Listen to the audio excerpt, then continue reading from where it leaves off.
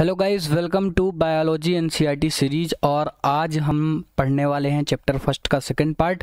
पहला पार्ट हमने अच्छे तरीके से क्लियर कर लिया था। जो सेकंड पार्ट है उसमें हम लोग पढ़ने वाले हैं क्लासिफिकेशन में हम देखने वाले हैं आज लिनियस के आगे वाला वर्गीकरण। तो स्टार्ट करते हैं एनसीईआरटी की लाइनों के साथ। जो हमारी क्लासिफिकेशन जो था, एनसीईआरटी जो हमारी कहती है, एनसीईआरटी की लाइन हमारी कहती है, जो हमारा क्लासिफिकेशन था मतलब वर्गीकरण था, वो एक स्टेप नहीं था। एक स्टेप में हम वर्गीकृत नहीं किए। जो सोपान दिख रहा है यहाँ पे, सोपान का मतलब होता है स्टेप, ठीक है। तो सोपान का मतलब इंग्लिश से ही देख लीजिएगा आप। सोपान मतलब हिंदी में होता, इंग्लिश का सोपान का जो इंग्लिश ट्रांसलेशन है वो स्टेप होता है। और यही एनसीईआरटी की लाइन कहना चाह रही है हमें कि जो वर्गीकरण है हमारा वो एक स्टेप में नहीं होता है। इस पर बहुत सारे स्टेप होते हैं, बहुत सारे इसमें पद होते हैं, ठीक है। तो जो पद होते हैं उनको वर्गीकरण संवर्ग बोलते हैं। और वर्गीकरण संवर्ग जो होता है हमारा, किसी वर्गीकरण जो हमारा संवर्ग होता है उसमें कई सारे पद हो सकते हैं, ठीक है। जो संवर्ग क्या है? संवर्ग है वर्गीकरण की यूनिट होती है। क्या? वर्गीकरण की इकाई होती है। और ये क्या करती है जो, और इसमें एक टर्म्स आती है। क्या आती है? टर्म्स आती है टेक्सॉन। टेक्सॉन जो टर्म्स है, ये टेक्सॉन टर्म्स आप याद रखिएगा। टेक्सॉन एक पद को दिखाता है, ठीक है। यहाँ पर ये इंपॉर्टेंट मैं बता भी दे रहा हूँ। और क्या है, जो टेक्सॉन होती है वो एक, जो टेक्सॉन हमारी होती है ना, वो एक पद को बताता है, ठीक है। अगर मैं उदाहरण की बात करूं, जैसे कीट होता है, मैं कीट की बात करता हूं, तो कीट एक वर्ग में रखे जाते हैं और कीट को हम देखते ही बता सकते हैं कि कीट है। जैसे मैं एक गुड़ की बात करूं, अगर मैंने एक गुड़ में क्या ले लिया, 3 जोड़ी पाद ले लिया, जैसे 3 जोड़ी टांग वाला कीट को हमने एक वर्ग में रख दिया। ऐसे कुछ करके हम वर्ग बनाते हैं और अच्छी तरीके से हम इसको आगे के स्टेपों में समझने वाले हैं। तो आगे बढ़ें तो सबसे पहला जो हमारा आता है, जब हमने वर्गीकरण किया तो वर्गीकरण करते करते करते करते कई सारे उसमें पद हो गए। जैसे कि सबसे पहले हमने जातियों को वर्गीकरण अलग अलग कर दिया, अलग अलग जातियाँ बनाई। फिर जब जातियाँ ज़्यादा होने लगी, जातियों में भी चीज़ें आने लगी, तो फिर हमने वंश बना दिए। वंश के बाद हमने कुल बनाए, कुल के बाद हमने गण बनाए, गण के बाद हमने वर्ग बनाए, वर्ग के बाद फिर हमने संघ बनाए, और संघ के बाद जाके हमने जगत बनाया। जगत प्लांटी जगत जो होता है, और क्या है, प्राणी जगत जो होता है, ठीक है। आगे बढ़ें तो पहले नंबर से स्टार्ट करते हैं जाति के साथ। जो जाति है वो वर्गीकरण का आधार है। एक बात याद रखिएगा, जो वर्गीकरण का आधार क्या है? जाति है। जाति से हमने फिर वर्गीकरण को आगे बढ़ाया। तो एनसीईआरटी की लाइन कहती है जो हमारी जाति है उनमें मौलिक समानताएं होती हैं। जातियों में क्या होती है? मौलिक समानताएं होती हैं। और सबसे अधिक समानताएं जो होती हैं वो जातियों में ही देखने के लिए मिलती हैं। जातियों को हम आकारिकीय और विभिन्नताओं के आधार पर एक दूसरे से अलग कर सकते हैं। जाति को क्या कर सकते हैं हम? आकारिकी और विभिन्नताओं के आधार पर हम एक दूसरे से अलग कर सकते हैं। जैसे मैंने बात की मैंजीफेरा इंडिका की, सोलेनम टिविरोसम और पेंथ्रालियोसेर। जो मैंजीफेरा इंडिका होता है वो आम है, सोलेनम टिविरोसम जो होता है वो आलू है, और पेंथ्रालियो मतलब हो गया सेर। ये अलग अलग जातियां हो गई, आपको देखने से ही जाति पता चल जाएगी, ठीक है। अगर मैं 2 नाम पद्धति से इसकी जाति जानना चाहूँ तो मैंने बताया था 2 नाम पद्धति में जो दूसरा वाला नाम होता है वो जाति को रिप्रेजेंट करता है। मतलब मैंजीफेरा इंडिका में इंडिका जो हो गई जाति हो गई, इसमें टिविरोसम जाति हो गई, इसमें लियो जाति हो गई, ठीक है। आई होप ये जाति वाला चीज़ें आपको समझ में आ गई होंगी। आगे बढ़ें तो जो प्रत्येक वंश होता है, जैसे अभी तक जाति, जब हमने जातियों के बारे में जान लिया तो फिर हम आगे बढ़े वंश के बारे में। तो जो प्रत्येक वंश होते हैं वो एक दूसरे से, जो प्रत्येक वंश होते हैं उसमें एक से अधिक जातियां हो सकती हैं। एक वंश में एक से अधिक जातियां हो सकती हैं। जैसे हम अपने घर की बात करें तो हम एक वंश में कई मेंबर्स जैसे हो सकते हैं, वैसे ही एक वंश में एक से अधिक जातियाँ क्या हो सकती हैं? एक या एक से अधिक जातियाँ हो सकती हैं, ठीक है।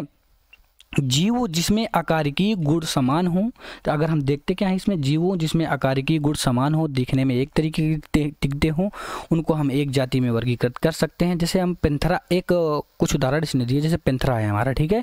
पेंथरा में एक अन्य जाति को भी हमने पेंथरा में ही रख लिया, जिसे हम बोलते हैं टिग्रिस, ठीक है।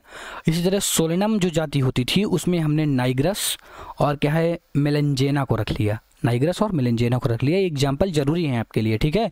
और मानो तो पता ही होगा आपको, होमो सेपियंस, सेपियंस जो इसका होता है वो होमो जो होता है इसको वंश को बताता है, जो सेपियंस जो हमारा होता है वो जाति को बता देता है, ठीक है। अब हम बढ़ते हैं जाति से वंश की तरफ। तो अब हमारा क्या आएगा? वंश। वंश में क्या हुआ, जब हम वंश में वर्गीकृत किए तो आया संबंधित स्पीशीजों का एक वर्ग होता है। अब देखिए क्या हुआ, जब हमने जातियों को क्या किया, पहले जाति के बारे में हमने जाना, फिर जातियों के वर्ग को ही हमने वंश में डाल दिया, ठीक है। तो इसमें बहुत सारी जातियां वंश में आती हैं। और ये क्या होता है, वंश जो है संबंधित जातियों का समूह है। देखिए एनसीईआरटी ने भी इस बात को कहा।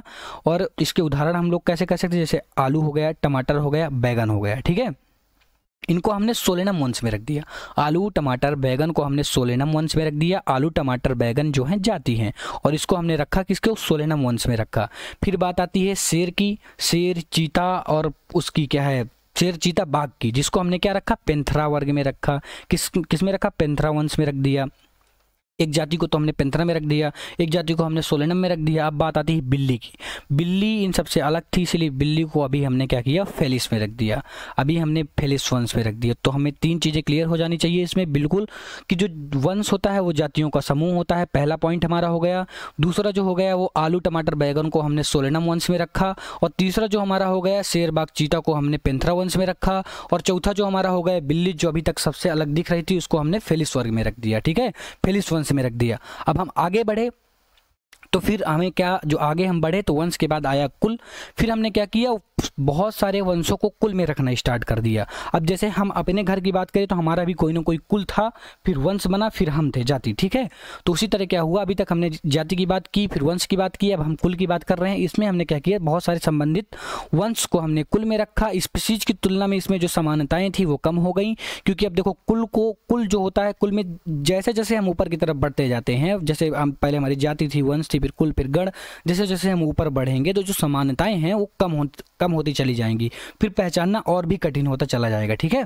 तो इस बात को आप याद रखिएगा। और एक इंपॉर्टेंट लाइन जो एनसीईआरटी की है आपको याद रखनी है, याद क्या रखनी, समझ लेनी है। जो कुल हमारा होता है, जो कुल का वर्गीकरण आधार था वो क्या था, वो था कायिक जनन और गुणों, कायिक जनन गुणों के आधार पर हम इसको क्या किए, वर्गीकृत किए। एनसीईआरटी की इंपॉर्टेंट लाइन है। और इसमें हमने क्या किया, सोलेनम, पिटूनिया और धतूरा को हमने सोलनेसी कुल में रख दिया। और शेर बाघ चीता और फेलिस में क्या आती थी, बिल्ली, जो कि अभी तक अलग थी, इसको हमने एक कुल फेलिडी में रख दिया। क्या किया, फेलिडी में रख दिया। अभी तक क्या किए थे हम लोग कि शेर बाघ चीता और बिल्ली को, शेर बाघ चीता को तो एक वंश में रखे थे और बिल्ली को हमने अलग कर दिया था। लेकिन अब हमने क्या किया, शेर बाघ चीता और बिल्ली को एक ही कुल में रख दिया और उस कुल का नाम क्या रखा, फेलिडी कुल रखा, ठीक है। अब आई बात कुत्ते की। तो कुत्ते थे इन सबसे अलग थे, इसलिए हमने क्या किया, एक नया कुल बनाया। उस कुल का नाम क्या था, कैनिडी में हमने क्या किया, कुत्ते को रख दिया, ठीक है। तो इसमें क्या, कितने वो बन गए, कुल बन गए। पहला तो बन गया सोलेनेसी कुल, जिसमें हमने सोलेनम, पिटूनिया और धतूरा को रखा, सोलेनम, पिटूनिया और धतूरा को रखा। दूसरा हमारा बना शेर बाघ चीता और फेलिसी वर्ग बना, जिसे हमने वंश बना, जिसे हमने क्या किया, फेलिडी कुल में रख दिया। और आगे आई बात कुत्ते की, तो कुत्ते का हमने एक अलग सा कुल बना दिया, जिसको क्या कहते हैं, कैनिडी कुल कहते हैं, ठीक है। अब हम आगे बढ़े, जब हम आगे बढ़े तो आया क्या, गण, जिसको हम बोलते हैं ऑर्डर।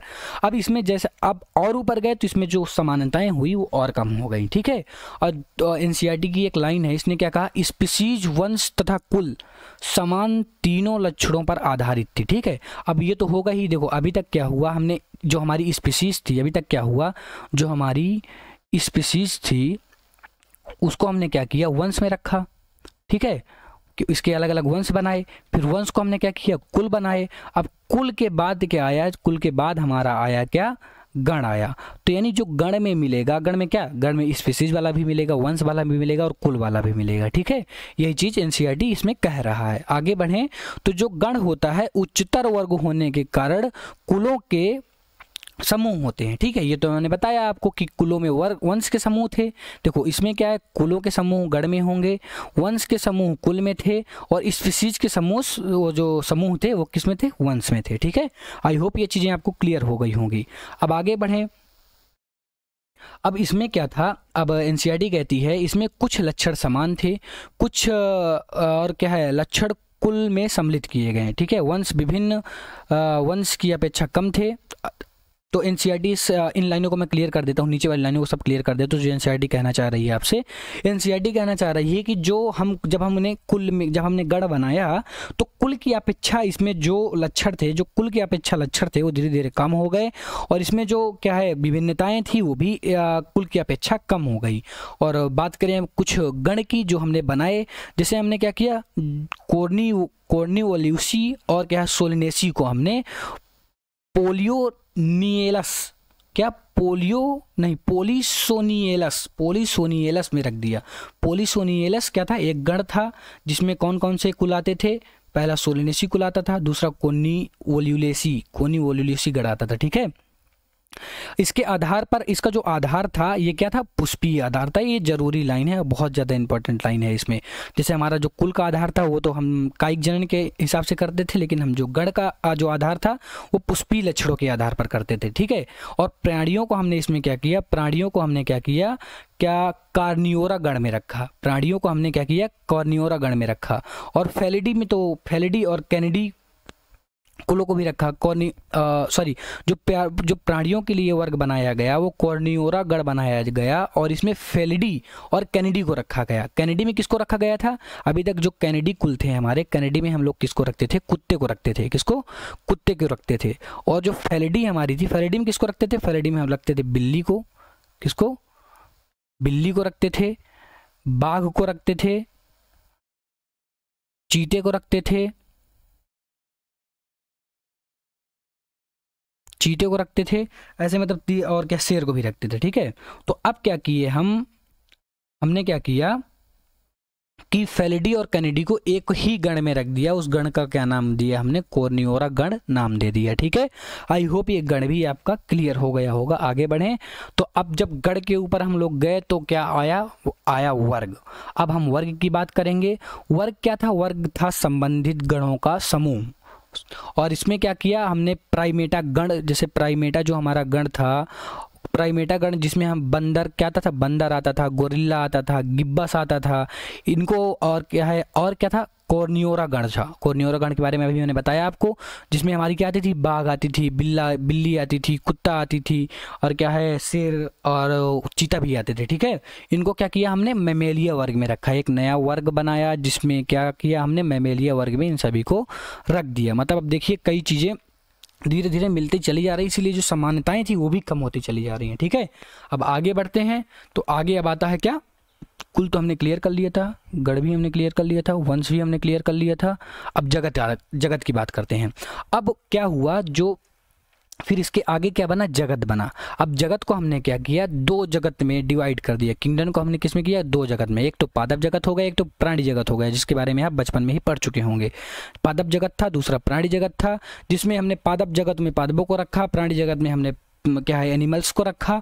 और इसमें एक चीज़ क्लियर कर देता हूँ, जो स्पीसीज से लेकर जैसे जैसे हम जगत की तरफ बढ़ते हैं, क्या करते हैं, स्पीसीज से जैसे जैसे हम जगत की तरफ बढ़ते हैं तो क्या होता है, जो समानताएं हैं वो धीरे धीरे घटती चली जाती हैं, ठीक है। जो समानताएं हैं वो कम होती चली जाती हैं। इसको मैं और अच्छे तरीके से आगे क्लियर कर देता हूँ।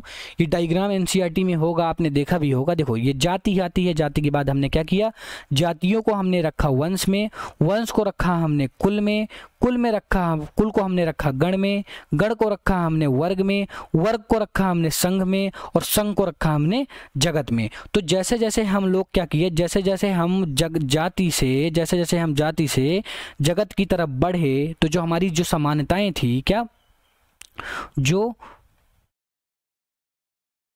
समानताएं थी वो धीरे धीरे कम होती चली गई। जाति में समानताएं जो जाति में समानताएं थी वो सबसे ज़्यादा थी, क्या थी, वो सबसे ज़्यादा थी। और जो जगत में समानताएं थी वो सबसे कम हो गई, ठीक है। तो जैसे जैसे हम ऊपर आरोही क्रम में बढ़ते हैं, किस पे, आरोही क्रम में जैसे जैसे हम बढ़ते चले जाते हैं वैसे वैसे समानताएं जो हमारी समानताएं थी वो कम होते चली जाती हैं। एनसीईआरटी इस लाइन को अच्छी तरीके से लिखती है, कहती है जैसे जैसे हम स्पीसीज से जगत की तरफ ऊपर की तरफ बढ़ते जाते हैं वैसे वैसे समान गुणों में कमी आती है, और नीचे की टेक्सा में सबसे अधिक समान गुण मिलते हैं। मैंने आपको इसको क्लियर भी कर दिया है। आई होप ये पूरी चीज़ें आपको समझ में आई होंगी। अब क्या करते हैं बात एनसीईआरटी के एक डायग्राम की। ये डायग्राम बहुत ज़्यादा इंपॉर्टेंट हो जाता है क्योंकि इससे क्वेश्चन कई बार एज इट डायग्राम से पूछ लिए गए, ठीक है। तो क्या करते हैं, इसमें क्या पहले बात किया कि मानव की, फिर दूसरी बात की क्या घरेलू मक्खी की, फिर इसके बाद बात की आम की, फिर बात की गेहूं की। तो जो आम था, आम का जो वैज्ञानिक नाम था वो होमो सेपियंस था, और मक्खी का जो वैज्ञानिक नाम था मस्का डोमेस्टिका था, और आम का जो था वो मैंजिफेरा इंडिका था, और गेहूं का जो था वो ट्रिटिकम एस्ट्रिवम था, ठीक है। इनके जो वंश थे, वंश तो हमें पता ही चल जाएगा अगर हमें वैज्ञानिक नाम पता था। जो पहला वर्ड होता है वो वंश को रिप्रेजेंट करता है। ये सारे वंश के नाम हो गए। अब बात आती है कुल की, तो आपको कुल के बारे में जब भी जानना हो तो यहाँ पे ई से आपको याद रखना है। लास्ट में जितने भी कुल होंगे उनमें बड़ी ई की मात्रा आपको देखने के लिए मिल जाएगी। जैसे होमिनिडी हो गई, म्यूएसी हो गई, एनाकार्डिएसी हो गई, पोएसी हो गई। ठीक है, अब बात करते हैं गण की। जो गण, प्राइमेट गण में क्या रखा गया, मानव को डिप्टेरा, डिप्टेरा में क्या रखते हैं हम लोग, जैसे मक्खी, कीड़े वगैरह को रखते हैं। तो क्या हुआ, मक्खी को हमने क्या रखा, डिप्टेरा में रखा। फिर क्या है, सेपेंडल्स में हमने रखा आम को, और पोएलस में हमने रखा गेहूं को। फिर आगे बढ़े वर्ग में, तो मैमेलिया वर्ग में आते हैं मानव, हम लोग आते हैं मैमेलिया वर्ग में। और जो मक्खियां वगैरह, जो कीट वगैरह आते हैं वो किस में आते हैं, इंसेक्टा में आते हैं। और क्या है, जो आम होता है हमारा डाइकोट, मतलब कि क्या है, आम जो हमारा होता है डाइकोट होता है, इसलिए इसको हम कह दिए डाइकोलिडनी। और फिर गेहूँ हमारा जो होता है मोनोकोट होता है, इसलिए हम लोग इसको कह दिए मोनोकोलिडनी। और फिर बात करें संघ की, तो संघ कॉर्डेटा में आते हैं हम लोग, मतलब मनुष्य आते हैं कॉर्डेटा में। जितने भी कीड़े मकोड़े होते हैं वो आते हैं आर्थ्रोपोडा में। एंजियोस्पर्म में आते हैं पादप, तो एंजियोस्पर्म में एक आम भी पादप है और गेहूं भी पादप है, इसलिए हम इसको एंजियोस्पर्म में रख दिए। अब कल के लेक्चर में हम लोग पढ़ने वाले हैं क्या, वर्गीकरण के सहायता साधन। इसको हम कल एनसीईआरटी का जो पॉइंट है इसको हम कल क्लियर कर लेंगे, और चैप्टर को भी हम कल ही ख़त्म कर लेंगे। सारा चैप्टर हमारा कल पूरी अच्छी तरीके से कंप्लीट होने वाला है। आई होप आज का आपको अच्छी तरीके से समझ में आया होगा। आगे का जो पार्ट है वो कल के लेक्चर में आएगा। Thank you.